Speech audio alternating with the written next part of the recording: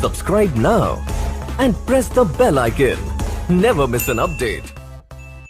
नमस्कार दोस्तों, स्वागत आपके अपनी YouTube चैनल आपके अपने परिवार जीके बाई जीनियस सुभाष में।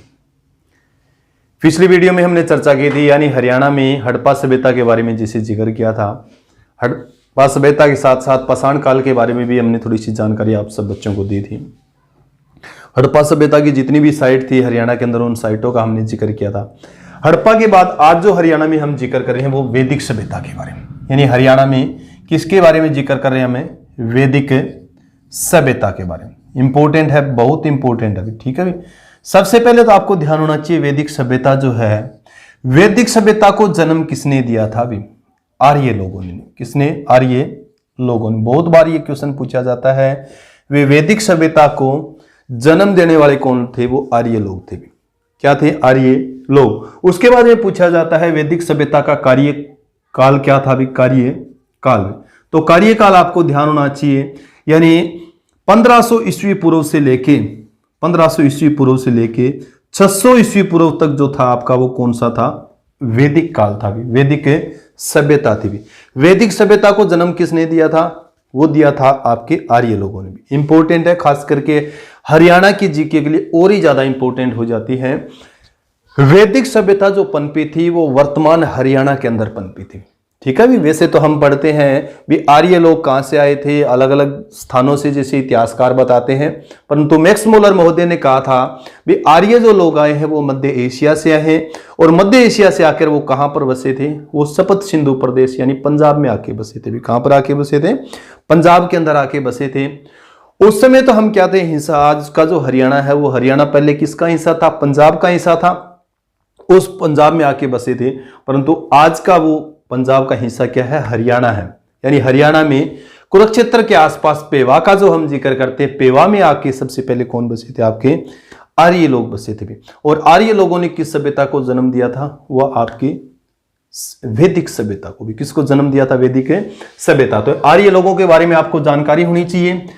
आर्य लोग कहां से आए थे? मध्य एशिया से भी। मध्य एशिया से भी, ठीक है, ये आपको ध्यान होना चाहिए। वैसे तो अलग अलग पेंक महोदय ने और कुछ कहा है, जर्मनी से आए थे, दयानंद सरस्वती ने अलग अलग कहा है। अभी ये तो जैसे आए थे वहां से, तिब्बत से आए थे, किसी ने आर्कटिक प्रदेश से आए थे, किसी ने अलग अलग विचार दिए।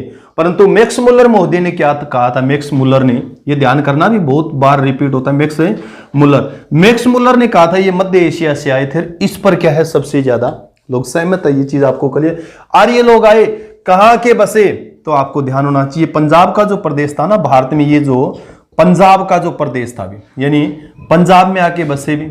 और पंजाब में हम जिक्र करें, आज हम जिक्र करेंगे तो हरियाणा है, और हरियाणा में जिक्र करें तो पेवा के आसपास भी, पेवा के आसपास आकर ये लोग बसे थे भी, ठीक है। इसीलिए हरियाणा को क्या कहा जाता है? वैदिक सभ्यता का पालना कहा जाता है। क्या कहा जाता है? वैदिक सभ्यता का पालना किसे कहेंगे? हम हरियाणा को कहेंगे, क्योंकि आर्य जो लोग यहीं आकर सबसे पहले बसे थे, और इन्होंने वैदिक सभ्यता का क्या किया था? फिर उत्थान किया था, वैदिक सभ्यता पनपी थी।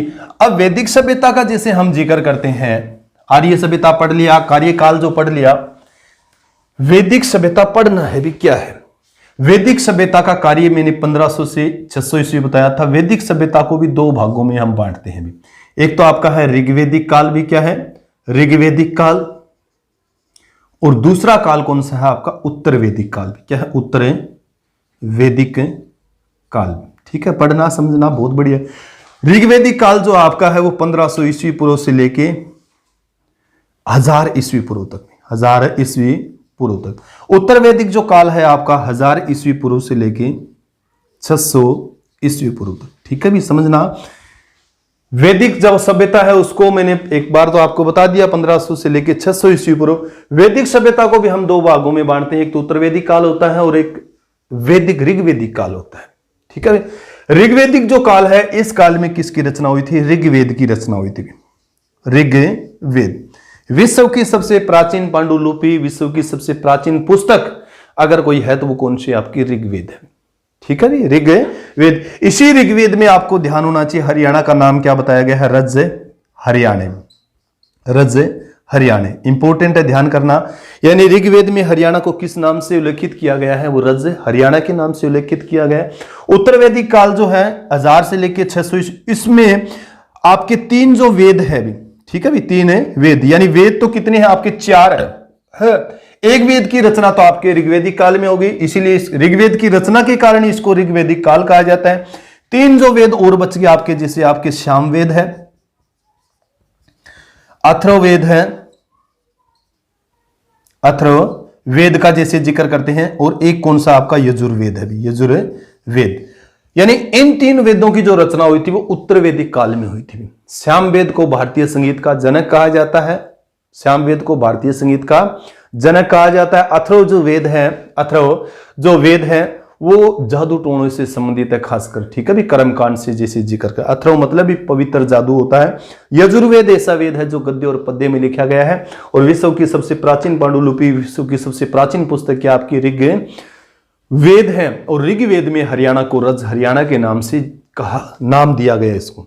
इसके बाद में आपको ध्यान होना चाहिए, ऋग्वेद जो है, ऋग्वेद में सबसे ज्यादा जो वर्णन किसका मिलता है? हमें हरियाणा का वर्णन मिलता है, क्योंकि इन ग्रंथों की रचना ऋग्वेद का जैसे जिक्र करते हैं, उपनिषद का जैसे जिक्र करते हैं, पुराणों का जैसे जिक्र करते हैं, आरण्यक का जैसे जिक्र करते हैं, इन सभी ग्रंथों के जितने भी धार्मिक ग्रंथ हैं भारत के, उन ग्रंथों की रचना कहां पर हुई थी? आपकी हरियाणा के अंदर हुई थी। कहां पर हुई थी? आपके हरियाणा के अंदर हुई। और हरियाणा का सबसे ज्यादा जो वर्णन मिलता है हमें, नदी नाले स्थानों का जैसे जिक्र जो वर्णन मिलता है वो किसमें? ऋग्वेद में भी। किसमें मिलता है? ऋग्वेद में मिलता है। ये चीज आपको क्लियर होना चाहिए। सबसे पहले वेद ध्यान होना चाहिए। कितने वेद है? 4 वेद है। ऋग्वेद की रचना ऋग्वेदिक काल में हुई थी, जैसे मैंने बताया था, इसलिए इसको ऋग्वेदिक काल कहा गया है। और बाद का उत्तर जो वैदिक काल था, उत्तर वैदिक काल में 3 वेदों की रचना हुई थी। सामवेद है आपका, यजुर्वेद है आपका, और अथर्ववेद है। ये चीज आपको क्लियर होना चाहिए, ठीक है। अब आपसे पूछिए हरियाणा में, यानी हरियाणा में आर्य लोग कहां आकर बसे थे? ये क्वेश्चन एक जर्नल सी बात बताइए मैंने भी। अगर आपसे पूछे भी हरियाणा में आर्य लोग कहां आकर बसे थे, तो पेवा के आसपास भी। कहां पर है? पेवा के आसपास। प्राचीन काल में हम पढ़े तो आर्य कहां आकर बसे थे? पंजाब में, क्योंकि 1 नवंबर 1966 से पहले हम किसका हिस्सा थे? पंजाब का हिस्सा थे भी। किसका हिस्सा थे? तो पंजाब को अंतरराष्ट्रीय स्तर के ऊपर जाना जाता है, हरियाणा को तो 1 नवंबर 1966 के बाद जाना। ये चीज आपको क्लियर होना चाहिए। जितने भी जो आपके वैदिक साहित्य है, उन वैदिक साहित्य की रचना जो हुई है वो कहां पर हुई है? हरियाणा में हुई है। और खासकर कहां जैसे जिक्र करते हैं तो पेवा के आसपास, ठीक है भी, सरस्वती नदी के किनारे। कहां पर? सरस्वती नदी के किनारे क्या हुई है? इनकी रचना हुई है। और ऋग्वेद में आपको ध्यान हो, हरियाणा को किस नाम से जाना गया है? रज हरियाणा के नाम से जाना गया। ये चीज आपको क्लियर होना चाहिए। इसके अलावा जिसे जिक्र करते हैं वैदिक सभ्यता का ही जैसे जिक्र कर रहे हैं, वैदिक सभ्यता की जो जानकारी हमें मिलती है सभ्यता की, तो आपको ध्यान होना चाहिए। मैंने एक गांव बताया था भगवानपुरा, हड़प्पा सभ्यता वाला जब जिक्र किया था, भगवानपुरा कुरुक्षेत्र का जैसे जिक्र किया था। शुद्ध गांव भी है भी, आपको ध्यान होना चाहिए। शुद्ध गांव भी क्या है आपका? शुद्ध है गांव भी है, भगवानपुरा है, शुद्ध गांव है, दौलतपुर है भी, दौलतपुर। और एक आपका क्या है? थानेसर भी। क्या है? थानेसर। ये याद करना आपको बहुत इंपॉर्टेंट है, थानेसर। यहां पर क्या मिले हैं? चित्रित मृदु भांड मिले हैं भी। क्या मिले? चित्रित मृदु भांड मिले हैं भी। ये चीज आपको क्लियर होना चाहिए। चित्रित मृदु भांड मिले कहां पर? भगवानपुरा, शुद्ध, दौलतपुर और थानेसर। भगवानपुरा का जैसे मैंने पिछली वीडियो में भी जिक्र किया था, भी हड़प्पा सभ्यता और आर्य सभ्यता के लोग क्या रहे हैं? भगवानपुरा में साथ साथ रहे, ऐसे प्रमाण मिले हैं। इसके अलावा शुद्ध गांव का जैसे मैंने जिक्र किया था, ये यमुनानगर में पड़ता है भी। किस में पड़ता है? आपका यमुना नगर के अंदर पड़ता है। ये भी आपका क्या था? वैदिक सभ्यता से संबंधित है। खासकर संगीत के जो जानकारी हमें मिलती है, यानी संगीत की जानकारी का अगर हम जिक्र करें भी, संगीत का सर्वप्रथम जानकारी कहां से मिलती है? हमें हरियाणा में, तो शुद्ध गांव यमुनानगर के अंदर, ठीक है। ये चीज आप पढ़ना। परंतु वैदिक सभ्यता से संबंधित स्थान है ये। दौलतपुर भी आपका भगवानपुरा, और थानेसर ये किस जिले में? आपके कुरुक्षेत्र में भी, ठीक है। क्योंकि वैदिक सभ्यता का सर्वाधिक जो पहले विस्तार था वो कहां पर था? आपका कुरुक्षेत्र के अंदर, केयूके में था। ये चीज आपको क्लियर होना चाहिए। यहीं पर चित्रित मृदु भांड मिले हैं, क्योंकि वैदिक सभ्यता के लोगों की सबसे बड़ी विशेषता थी उनके चित्रित मृदु भांड। चित्रित मृत्यु भांड मिले हैं। इसका मतलब है ये जो चित्र है किस सभ्यता से जुड़ा हुआ था? वैदिक सभ्यता से। किस सभ्यता से जुड़ा हुआ था? वैदिक सभ्यता से जुड़ा हुआ था। ये चीज आपको क्लियर होना चाहिए। अब जैसे जिक्र करते हैं हरियाणा जो है ना, हरियाणा को पहले किस नाम से जाना जाता था? वर्मवर्त के नाम से जाना जाता। वैदिक सभ्यता आपको थोड़ी बेसिक सी आपको क्या है समझनी है भी क्या चीज है। वैसे वैदिक सभ्यता के बारे में मैंने विस्तृत चर्चा एंशिएंट इंडिया में यानी प्राचीन भारत के अंतर्गत आपको करवा रखी है, परंतु जैसे जिक्र करें बे हरियाणा जो है, हरियाणा को पहले किस नाम से जाना जाता था? ब्रह्मवर्त। भी किस नाम से? ब्रह्म वर्त के नाम से जाना जाता था। ब्रह्म वर्त। महाभारत का जैसे जिक्र करते हैं, महाभारत में किस नाम से जाना जाता था? तो बहुधान्यक, बहुधान्यक के नाम से इसको जाना जाता था। पढ़ेंगे महाभारत में, जैसे खास करके योध्य गणराज्य का जब हम जिक्र करेंगे तब भी आपको बताएंगे भी, क्योंकि योध्य गणराज्य के जो सिक्के थे ना, योध्य गणराज्य के सिक्कों पर भी बहुधान्य का नाम छपा हुआ था। अभी क्या नाम था? बहुधान्य के नाम छपा हुआ था। तो महाभारत काल में क्या कहा जाता था? बहुधान्य कहा जाता था। और योध्य काल का भी जैसे जिक्र करते हैं योध्य काल, तो योध्य काल में भी हरियाणा को किस नाम से? बहुधान्य के काल के नाम से जाना जाता था। यह चीज आपको क्लियर करना है, ठीक है। महाभारत का जैसे जिक्र करते हैं, महाभारत की रचना आपको ध्यान होना चाहिए वेद व्यास जी ने की थी। वेद व्यास जी ने कहां पर की थी? आपको ध्यान होना चाहिए वेद व्यास जी ने की थी पेहवा, ठीक है भी। पेहवा जैसे जिक्र करते हैं, पेहवा में सरस्वती नदी के किनारे। किससे? सरस्वती नदी के किनारे। और किस भाषा में आपको ध्यान होना चाहिए? संस्कृत भाषा में। किस भाषा में? संस्कृत भाषा में। महाभारत आपको ध्यान होना चाहिए विश्व का सबसे बड़ा महाकाव्य है। विश्व का सबसे बड़ा एपिक या विश्व का सबसे बड़ा महाकाव्य अगर आपसे पूछे तो कौन सा है? वो महाभारत है। रचना किसने की थी? महर्षि वेदव्यास जी ने। किस भाषा में? संस्कृत में। कहां लिखा गया था? गुजरात क्षेत्र के आसपास पेहवा में भी, सरस्वती नदी के किनारे। यह चीज आपको क्लियर होना चाहिए। जय संहिता के नाम से इसको जाना जाता है। किस नाम से? जय संहिता के नाम से भी इसको जाना जाता है। यह चीज आप क्लियर करो, बहुत इंपॉर्टेंट है। उसके बाद में जैसे ब्रह्मवर्त जो मैंने बताया था, हरियाणा का पहले नाम क्या था? ब्रह्मवर्त था। मनुस्मृति का भी जैसे जिक्र करते हुए मनुस्मृति, मनुस्मृति में किस नाम से है? मनुस्मृति में भी जो हरियाणा है उस हरियाणा को क्या कहा गया है? ब्रह्मवर्त कहा गया भी। क्या कहा गया? ब्रह्मवर्त। आपको ध्यान होना चाहिए बाद में इसी ब्रह्मवर्त को कुरुक्षेत्र भी कहा गया भी। क्या कहा गया? कुरुक्षेत्र।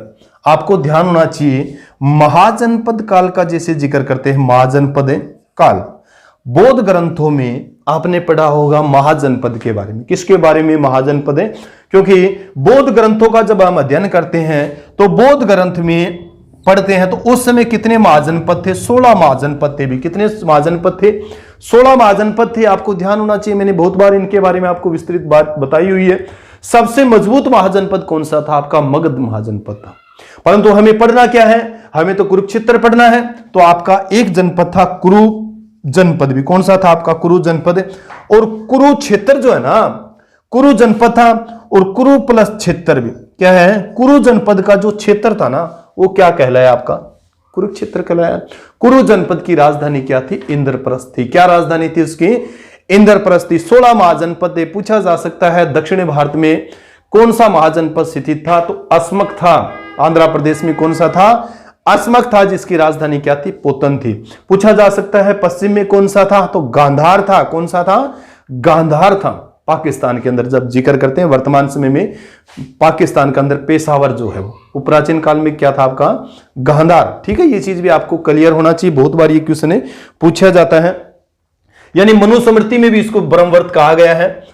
और मनुस्मृति में तो यह भी बताया है भी सरस्वती और जो दृष्टि नदी जो है, यानी सरस्वती और दृष्टि के बीच का जो क्षेत्र है उस क्षेत्र को किस नाम से जाना जाता है?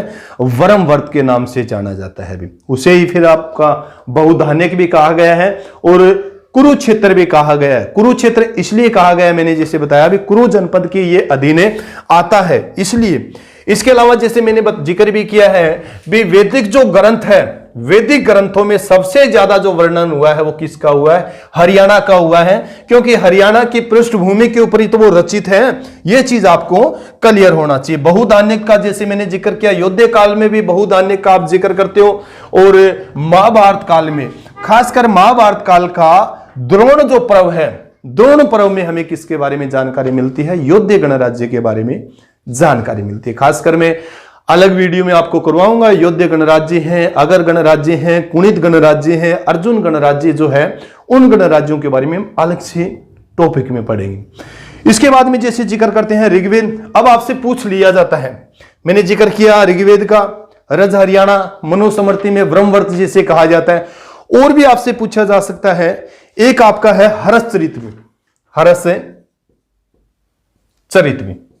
हर्षचरित में किस नाम से इसको दर्शाया गया है? श्रीकंठ जनपद भी। क्या है आपका? श्रीकंठ जनपद भी। याद करना बहुत इंपॉर्टेंट है। यानी हर्षचरित बाण भट्ट के द्वारा जो रचित है, उसमें कुरुक्षेत्र को और हरियाणा को किस नाम से दर्शाया गया? श्रीकंठ जनपद नाम दिया है। क्या नाम दिया? श्रीकंठ जनपद नाम दिया है। इसके बाद में जिसे जिक्र करते हैं, एक आपका है पुष्प दंत रचित महापुराण भी। पुष्प दंत रचित महापुराण। महापुराण में इसको क्या नाम दिया गया? हरियाणा का जैसे जिक्र करते हैं तो हरियाणाऊ।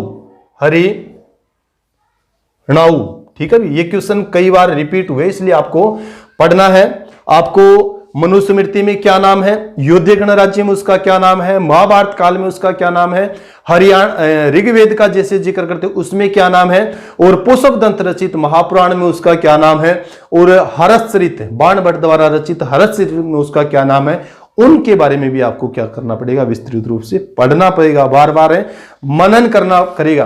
ठीक है भी, मैंने कई बार आपको बताया है, सीखो आप कोई भी चीज, आप सीखने के बाद उन चीजों को दूसरों बच्चों को भी आप बताओ। अगर आपको लंबे समय तक उन चीजों को याद करना है तो आप क्या सीखो? बांटना सीखो भी। क्या सीखोगे? बांटना सीखोगे। बांटोगे ना, तभी आपको ध्यान होना चाहिए, ये चीजें याद रहेगी।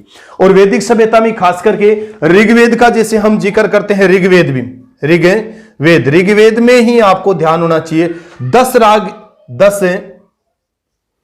राग युद्ध का जैसे वर्णन मिलता है, 10 राग युद्ध का भी, ये चीज आपको क्लियर होना चाहिए। यानी आर्य राजा जैसे सुदास का और जिक्र करते हैं, और 10 कबीलाई जो क्षेत्र थे, 10 कबीलाई क्षेत्रों के जो राजा थे, उन राजाओं के बीच में जो युद्ध हुआ था, 10 राग का जो युद्ध हुआ था पुरुषुणी नदी के किनारे। किस नदी के किनारे? पुरुषुणी, जो वर्तमान समय में कौन सी नदी आपकी? रावी नदी है। जिस नदी के किनारे कौन सा नगर स्थित? आप लाहौर। तो उस नदी के किनारे क्या हुआ था? 10 राग का युद्ध हुआ था। उसमें कौन जीता था? आपको ध्यान होना चाहिए, सुदास। कौन जीता था? आपका सुदास। तो ये भी हमें मिलता है ना, 10 राग युद्ध के बारे में भी जो जानकारी मिलती है वो भी हमें मिलती है ऋग्वेद में भी। किस में मिलती है? ऋग्वेद में। इसके बाद में जिसे हरियाणा को, वर्तमान जो आपका हरियाणा है, इस हरियाणा को इतिहासकारों ने, अलग अलग विद्वानों ने अलग अलग नाम दिया है। किसी ने लूटपाट वाला क्षेत्र कहा है, किसी ने आर्यों का निवास क्षेत्र कहा है, अलग अलग क्या दिए हैं इन्होंने? नाम भी दिए हैं। ये चीज भी आप क्लियर। जैसे जिक्र करते हैं, यदुनाथ सरकार ने हरियाल कहा है भी। यदुनाथ सरकार का जैसे जिक्र करते हैं, ये इतिहासकार है भी यदुनाथ सरकार, इसने क्या कहा है? हरियाल कहा है भी। क्या कहा है? हरियाल कहा है। किसको कहा है? हरियाणा को। ये चीज आपको क्लियर होना चाहिए। जीसी अवस्थी का जैसे जिक्र करते हैं, जीसी अवस्थी ने क्या कहा है हरियाणा को? इसको कहा है ऋग्वेद से उत्पन्न। क्या है? ऋग्वेद से उत्पन्न भी इंपॉर्टेंट है, ध्यान होना चाहिए। यानी ऋग्वेद की उत्पन्न कहां हुआ? ऋग्वेद की रचना जैसे जिक्र करते हैं तो ऋग्वेद से उत्पन्न क्या है? आपका हरियाणा है। ये किसने कहा है? जीसी अवस्थी ने कहा है। ये चीज आप क्लियर करो, बहुत इंपॉर्टेंट। इसके बाद में महाराज कृष्ण का जैसे जिक्र करते हैं, महाराज पूछा भी गया है, ये महाराज महाराज कृष्ण ने कहा इसको हरना। क्या कहा है? हरना, यानी लूटपाट। क्या कहा है इसको? लूट है। हरना का मतलब होता है हरण करना, लूटपाट नाम दिया इसको। किसने दिया है? ये दिया है आपका महाराज कृष्ण ने।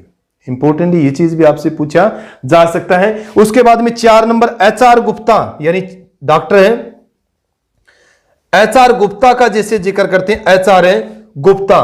तो HR गुप्ता ने इसको आर्यना कहा है अभी। क्या है? आर्यना। आर्यना मतलब आर्यों का निवास स्थान, आर्यों का निवास स्थान का है। वास्तविक है भी आर्य सबसे पहले कहां आकर बसे थे? कुरुक्षेत्र के आसपास पेवा में आकर बसे थे, सरस्वती नदी के किनारे प्रमाण मिले हैं।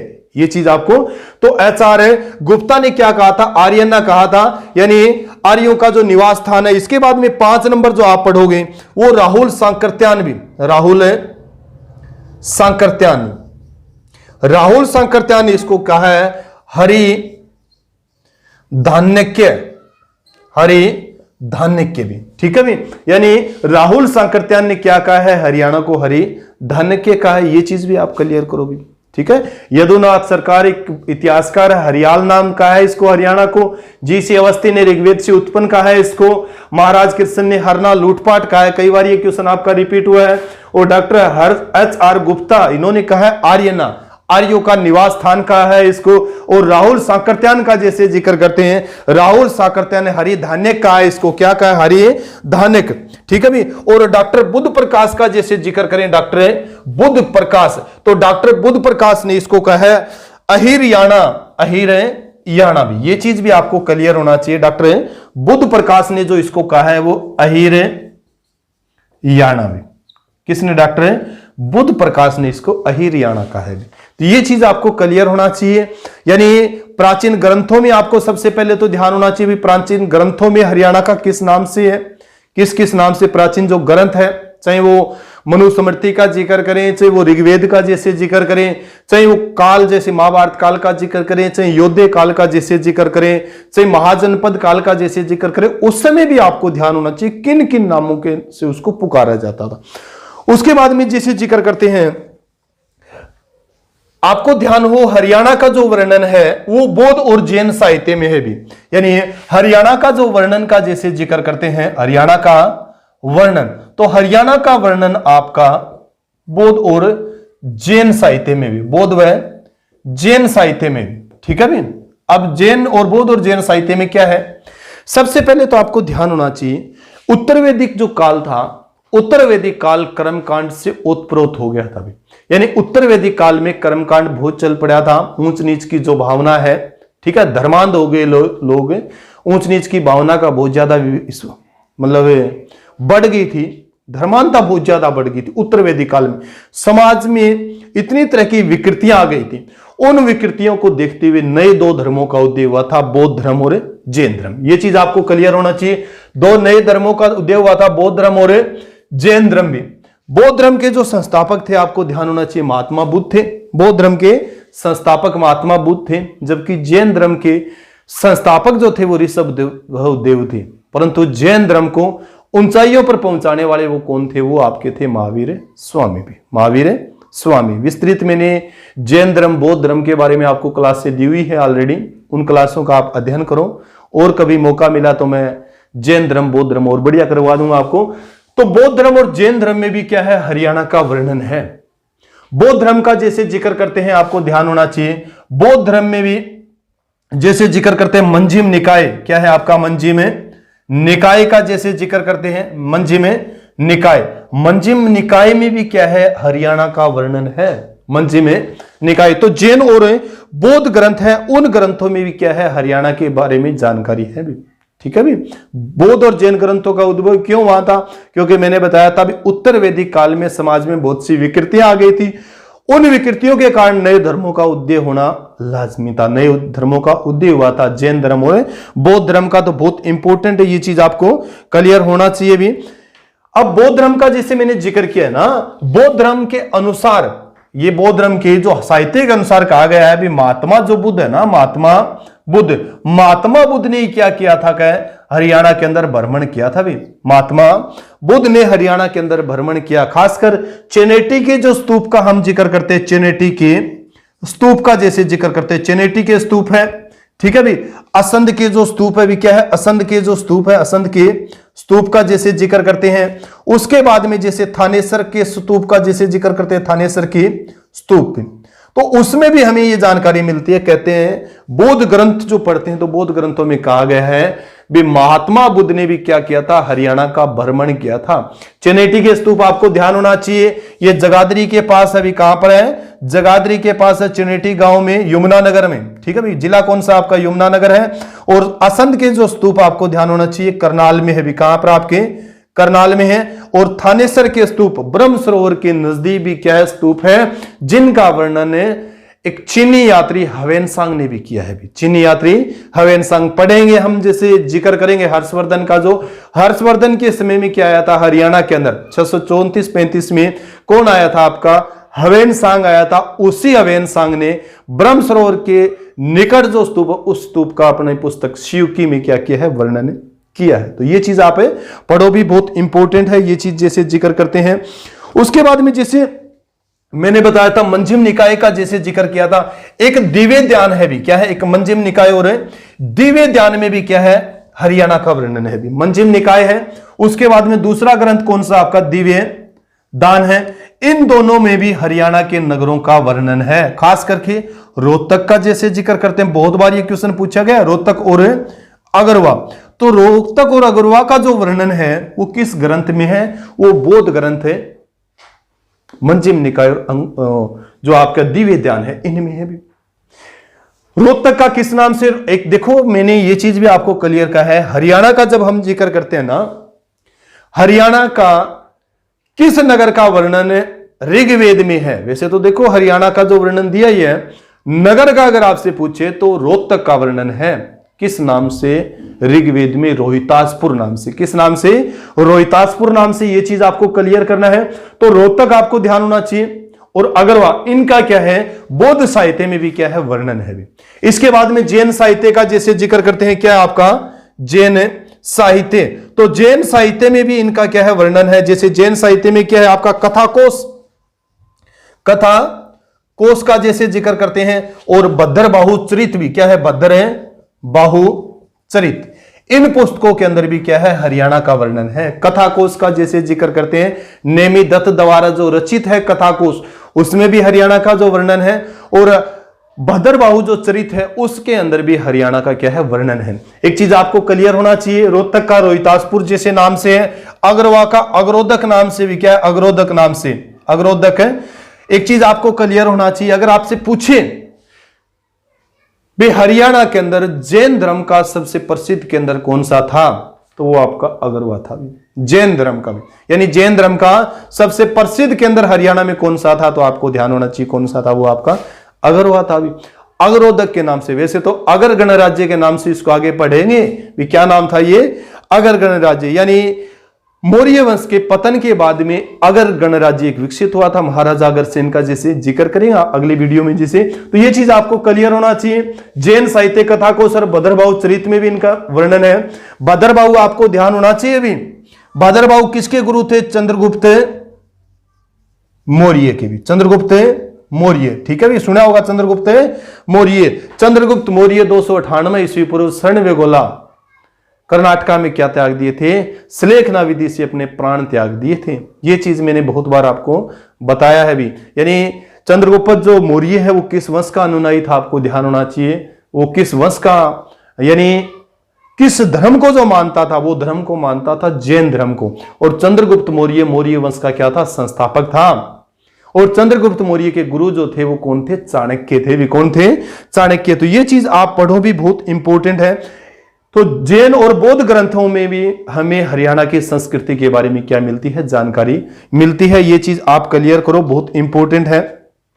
महाजनपद का जैसे मैंने जिक्र, एक चीज आप क्लियर करना भी, महाजनपद जैसे मैंने बताया भी था, महाजनपद है, महाजनपदों की जो जानकारी हमें मिलती है ना, वो बौद्ध साहित्य में मिलती है भी, बौद्ध साहित्य। यानी 16 जो महाजनपद थे ना, 16 महाजनपद, इसमें से सबसे मजबूत महाजनपद कौन सा बताया था मैंने आपको, वो बताया था आपको मगध।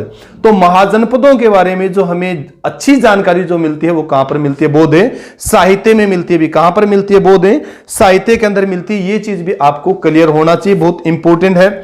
चनेटी के जैसे मैंने स्तूप का भी जिक्र किया था, चनेटी का स्तूप बहुत बार क्वेश्चन पूछा गया भी। चनेटी के स्तूप है, असंध के जो स्तूप है, इसके अलावा ब्रह्म सरोवर के नजदीक भी क्या है आपके स्तूप है भी, ठीक है भी। इसके अलावा जैसे ये जो है ना आपके रोहतक का जैसे जिक्र किया था मैंने, अगरवा जैसे जिक्र किया, रोहतक जैसे जिक्र किया, शुद्ध का भी जैसे जिक्र कर सकते हो भी। शुद्ध गांव जो मैंने बताया ना, शुद्ध गांव, ये क्या है, ये बौद्ध धर्म के केंद्र थे भी। ये भी क्या है, बौद्ध धर्म के केंद्र थे। थानेसर भी उस समय क्या था, बौद्ध धर्म का केंद्र रहा है भी। थानेसर भी क्या रहा है उस समय, बौद्ध धर्म का क्या रहा है, केंद्र रहा है। जबकि अगरवा है ना, अगरवा जैन और बौद्ध सबसे ज्यादा जो अगर पढ़ेंगे अगरवा के बारे में तो किसकी, जैन धर्म के बारे में। किसके बारे में, जैन धर्म के बारे में। तो इस तरह से क्या करना है, आपको पढ़ना है।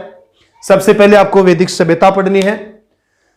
कौन इसके जन्मदाता थे, कहां से आए थे, किसके ऊपर जो सहमत है, वैदिक सभ्यता को कितने भागों में बांटते हैं, किस किस क्षेत्र में ये जो फैली थी वैदिक सभ्यता को, ठीक है। वैदिक सभ्यता आने के बाद में हड़प्पा सभ्यता का अंत हुआ है या नहीं हुआ, जैसे मैंने बताया था अभी भगवानपुरा में ऐसे प्रमाण मिले हैं भी सभ्यता के लोग आपस में इकट्ठे रहे हैं। हरियाणा को अलग अलग नामों से जो जाना जाता उन सभी के बारे में, खास करके जैन साहित्य और बौद्ध साहित्य के बारे में भी आपको थोड़ी जानकारी होनी चाहिए, ठीक है। भद्र बाहु की जिसे पुस्तक का अगर आपको जिक्र हो तो कल्प सूत्र के बारे में बहुत बार क्वेश्चन पूछा जाता है, विकल्प सूत्र किसकी रचना है, तो भद्र बाहु की भी। तो आज की क्लास में इतना ही, नेक्स्ट क्लास में मिलते हैं किसी और टॉपिक के ऊपर। क्लासों को बड़ी ध्यान से आप सुनो, नोट्स भी बनाने की अपने खुद की कोशिश करो भी। अगर कोई कमियां है तो मेरे को आप बेझिझक बताओ भी, हम उन कमियों को सुधारेंगे, ठीक है भी। कोई कमी है तो उसको सुधारेंगे। अगर कोई सुझाव है तो आप कमेंट में मेरे को लिख के बता सकते हो भी, ठीक है। तो इसी के साथ सभी बच्चों को जय हिंद, जय भारत भाई।